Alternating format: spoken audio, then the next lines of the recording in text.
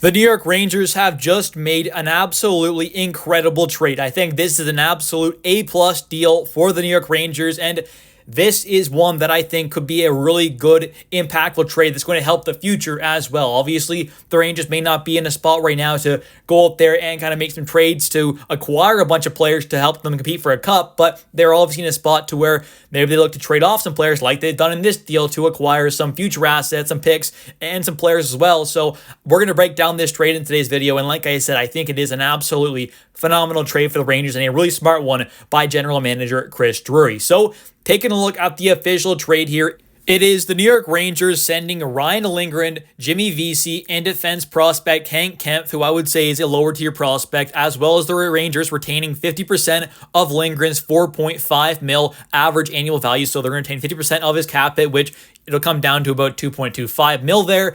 And the Rangers are going to receive forward Juuso Parssinen. He's a center, and he's still only 24 years old as well. And then we also acquire defenseman Calvin DeHaan, a second-round pick, and a fourth as well. And both those draft picks are in this upcoming draft, this upcoming summer as well, so that's quite nice. And Vince Mercogliano, a New York Rangers reporter, did post on X saying the second-round pick is going to be the better of Carolina's or the Rangers, and then the fourth-round pick is going to be the better of Colorado's or Vancouver's. So whichever pick is going to be more valuable, the Rangers will get. So they're probably going to end up getting back their own second-round pick, as well as more than likely Vancouver's fourth-round pick in this upcoming draft, which is a little nicer, obviously, because Vancouver's probably going to finish a decent bit lower, possibly, than Colorado, and the Rangers are probably going to finish a decent bit lower than Carolina. So getting some more valuable picks there is just an extra little bonus. But I think overall this trade is an absolute home run for Chris Drury, the New York Rangers general manager. He has definitely made some questionable moves in the past, like that Capo trade. I don't necessarily love that one, but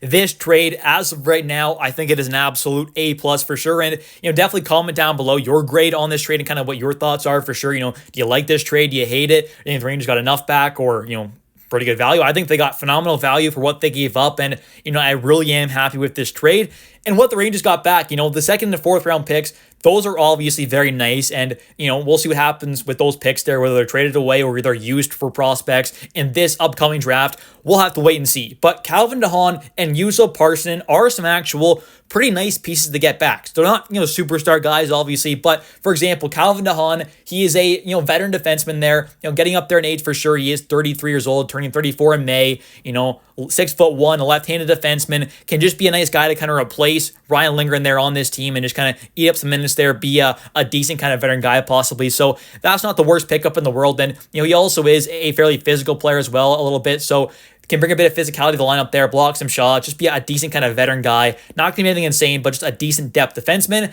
And you could also possibly end up flipping him as well at this upcoming trade deadline.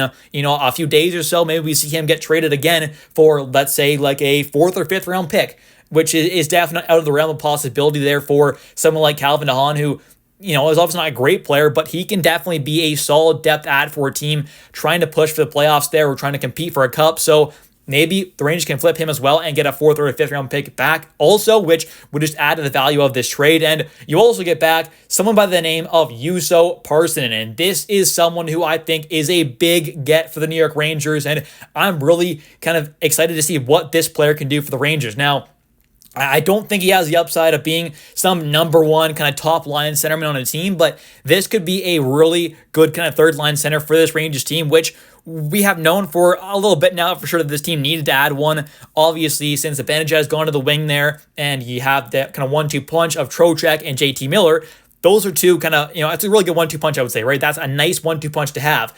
But that third line spot right now has been kind of run by Johnny Brodzinski. And no offense to him, he had a nice little game, obviously, the other day. They're putting up 2 goals, 1 assist. That was great and all. But if we're being honest, game in and game out, you don't really want to see Johnny Brodzinski as your third line kind of full-time center. So adding in a guy like Juuso Parssinen, who may not be the most complete NHL guy yet, but he's still only 24, turned 24 on February 1st as well. So he just turned 24. He's also 6'3", 212 pounds, and that is definitely one of the many reasons why I'm excited to see what this player could possibly do on the New York Rangers third line. I mean, he's still a young player. He's got that size, definitely can bring some physicality to the lineup, which we have known for quite some time we need to see more of. He's a pretty good face-off taker, not bad at all, and the offensive game is still developing, and we'll see how we can kind of, come along here. Ended up having a really good kind of rookie season in the NHL back in 2022, 2023, having 45 games played with the Nashville Predators, 25 points there, 6 goals, 19 assists, not bad at all, some really good numbers in only 14 minutes and 20 seconds per night, having 76 hits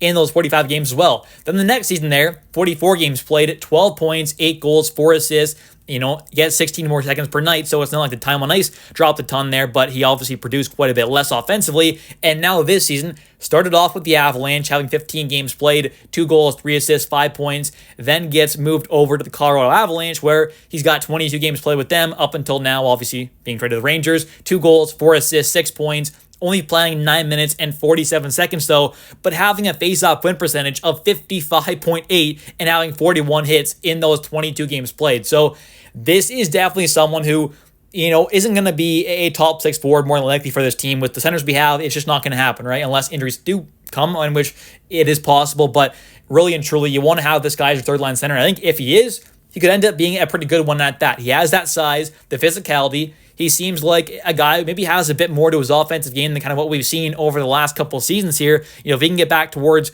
those kind of, rookie season numbers anywhere close to that, that could be quite good. And, maybe this could be a, 35, 40 point kind of possible third line center, maybe at the NHL level one day. I mean, we'll have to wait and see kind of how he does play once he, starts playing with the Rangers here. Obviously, it'll kind of depend on who his line mates are as well. But this guy could end up being, I think, a really solid kind of third-line center, and him being young as well kind of fits the kind of age and timeline of this team right now, I think, going forward, which is quite nice. And he also has that physicality, which we definitely know this team has been desperately needing to add more of. So I think after you've added in JT Miller, you've added in a guy like Office Uso now, you've added in 2 kind of pretty solid centermen who have some physicality to them. So I think that's quite nice. And, we'll see what happens here. He hasn't really had much of a chance at the PK yet, so normally you do have, your third line centers here normally kind of guys who can play on the penalty kill. So we'll see if he gets some chances there or not. But I think in general, though, this is just an exciting ad for this team who, ended up having a really good value trade here, I think. I mean, the Rangers giving up, Lindgren, an expiring contract. You give up VC, an expiring contract, 2 players who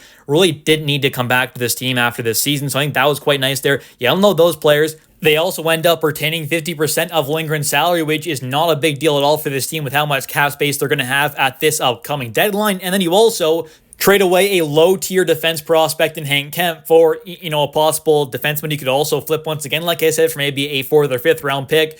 You also receive a somewhat promising kind of young third-line center who's still only 24 years old, who has some size to him, some physicality that he can bring to the lineup. So I think overall, that's pretty nice there. And you also get back a couple draft picks there to help replenish what this Rangers team has traded quite a bit away of in the past. I mean, this past offseason, for example, the Rangers traded away a 2nd and a 5th round pick for Riley Smith, and now they're getting back a 2nd and a 4th. So you go out there, you flip a guy like Riley Smith as well, and you get back some more draft capital. You also flip a guy like Calvin DeHaan, and you've just added in quite a bit of draft capital. You've added in a decent kind of third-line center possibly, and, this team future is all of a sudden looking a lot better, and it's not like this team is going to be fixed, but you've added in some good, draft capital. You've added in a nice young kind of third-line center who could possibly end up being a key piece going forward, and I think all that for a couple players who really just didn't need to be a part of the long-term future of this team, I think is an absolute phenomenal trade for Chris Drury and this New York Rangers team. I'm really excited to see what Uso can do. And, overall, how much of a loss is a guy like Lindgren compared to, a Calvin DeHaan? How much of a drop-off is there truly? I don't think it is that immense. And when you consider you're adding in now a guy like Uso, I don't think this team is really any worse than what they were before this trade happened. I mean, maybe the slightest bit worse, but really and truly, I don't think this team is going to be much worse, if anything at all. So I think this move was an absolute no-brainer and an absolute A+ for Chris Drury and the New York Rangers. Anyways, thank you all so much for watching today's video. If you have enjoyed, definitely don't forget to hit that like and subscribe button for daily New York Rangers content. As always, I will have another video up tomorrow morning at 9 a.m., so definitely stick around and stay tuned for that. And also, don't forget to comment down below your thoughts on this pretty nice trade for the New York Rangers. Anyways, thank you all so much for watching. I'll catch you next one, and let's go Rangers.